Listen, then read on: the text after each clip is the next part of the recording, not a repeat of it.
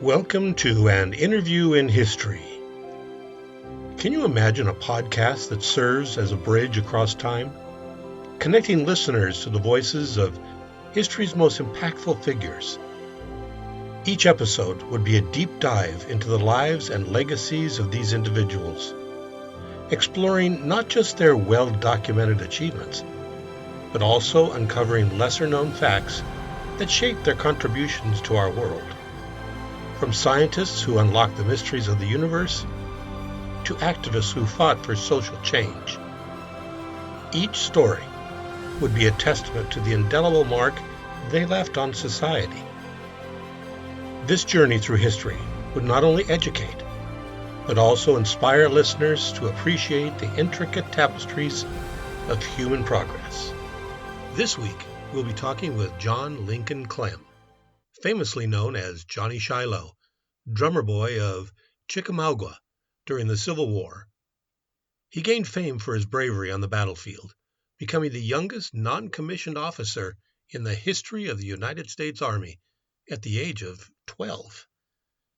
This interview takes place in October of 1936. Mr. Clem, it's an honor to have you here. Could you start by telling us a bit about your early life, your parents and siblings? Thank you for having me. They call me John. I was born on August 13th, 1851, in Newark, Ohio. My parents were Roman and Magdalene Clem.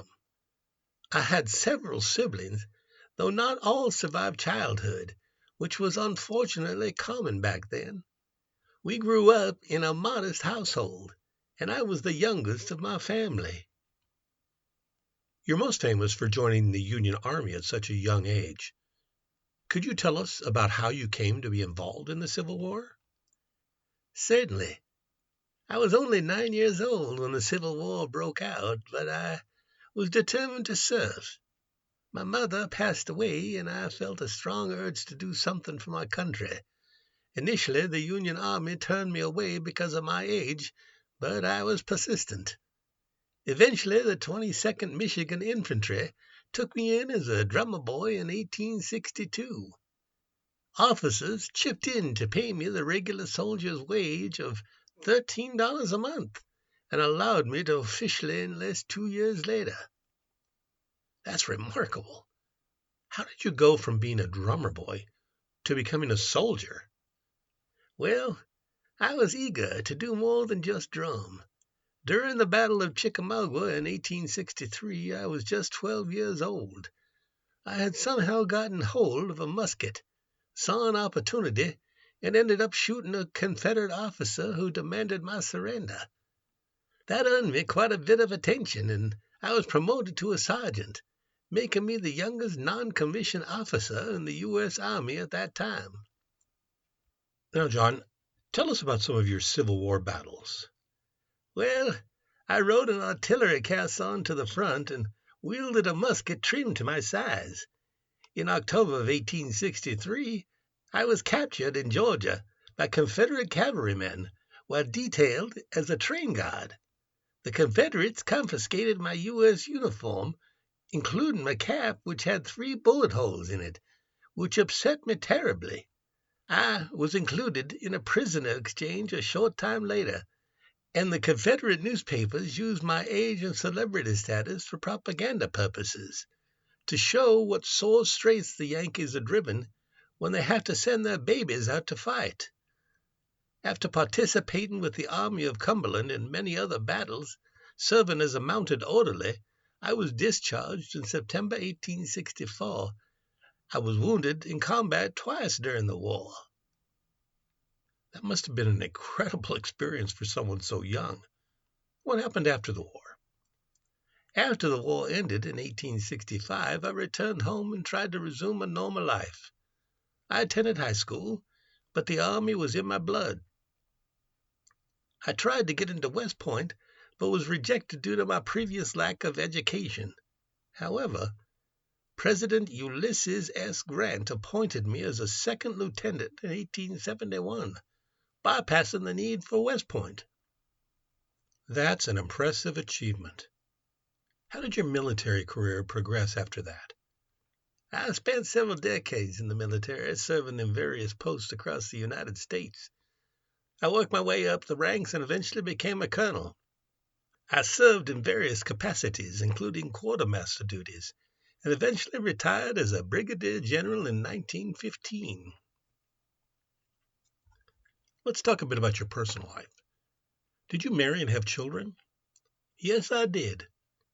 I married Anna Rosetta Mason in 1875, and we had 3 children. Unfortunately, Anna passed away in 1899. I later married Bessie Sullivan in 1903.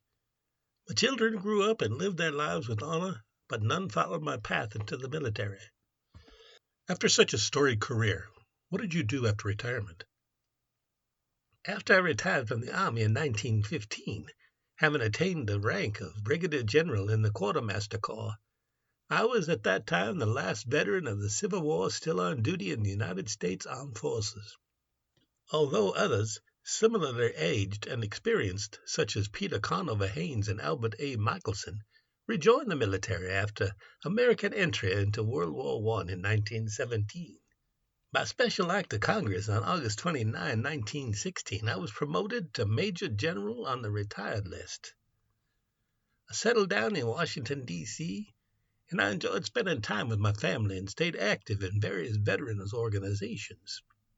I also wrote and spoke about my experiences during the war, trying to ensure that the history was remembered accurately. As a final question, how do you reflect on your life now? I'm proud of my service and what I accomplished, but I'm also mindful of the sacrifices made by so many others. My life has been a journey filled with challenges and triumphs, and I hope that my story can serve as an inspiration to those who hear it. Thank you, John, for sharing your incredible story with us. It's been an honor.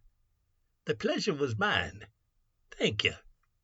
John Clem died in San Antonio, Texas on May 13, 1937, and was buried in Arlington National Cemetery.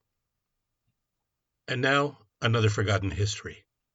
Albert Al Sieber, born February 1843 in Baden, Germany, died February 1907 at the Roosevelt Dam building site in Arizona. He was buried with military honors at the Globe Cemetery. He was the 13th of 14 children born to Johannes and Eva Sieber. Johannes died September 1845. In 1851, Eva immigrated with her still living 8 children to Lancaster, Pennsylvania. The family moved to Minnesota several years later. In 1862, Sieber enlisted in Company B, 1st Minnesota Volunteer Infantry, to fight in the American Civil War. He was severely wounded in the Battle of Gettysburg and also fought in several other key engagements. After the war, he became a prospector in California and Nevada and managed a ranch in Arizona Territory from 1868 to 1871. In July 1871, he was hired as Chief of Scouts by General George Stoneman. He held that position for much of the Apache Wars, participating in Crook's Tonto Campaign. When the Camp Verde Reservation was closed, Sieber was told to move to Waipai and Tonto Apaches to the San Carlos Reservation in the middle of winter. He remained employed there and participated in several engagements with Apache groups that were left on the reservation. In 1883, he served as General Crook's lead civilian scout when he pursued Geronimo into the Sierra Madre of Mexico. Sieber stayed on at San Carlos as Chief of Scouts for 13 years. In December 1890, he was fired from his position by Major John L. Bullis. He left and took up prospecting until 1898. On February 1907, while leading an Apache work crew that was building the Tonto Road to the new Roosevelt Dam site, Sieber was killed after a boulder rolled on him during construction. Sieber has been portrayed in a number of films, including the 1953 film Arrowhead, where he was played by Charlton Heston, in the 1979 film Mr. Horn, where he was portrayed by Richard Widmark, and in the 1993 film Geronimo, an American Legend, where he was played by Robert Duvall. Join us next week when we talk to that famous, or maybe infamous, gangster, Al Capone. This one should be very interesting for sure. Until then, take care.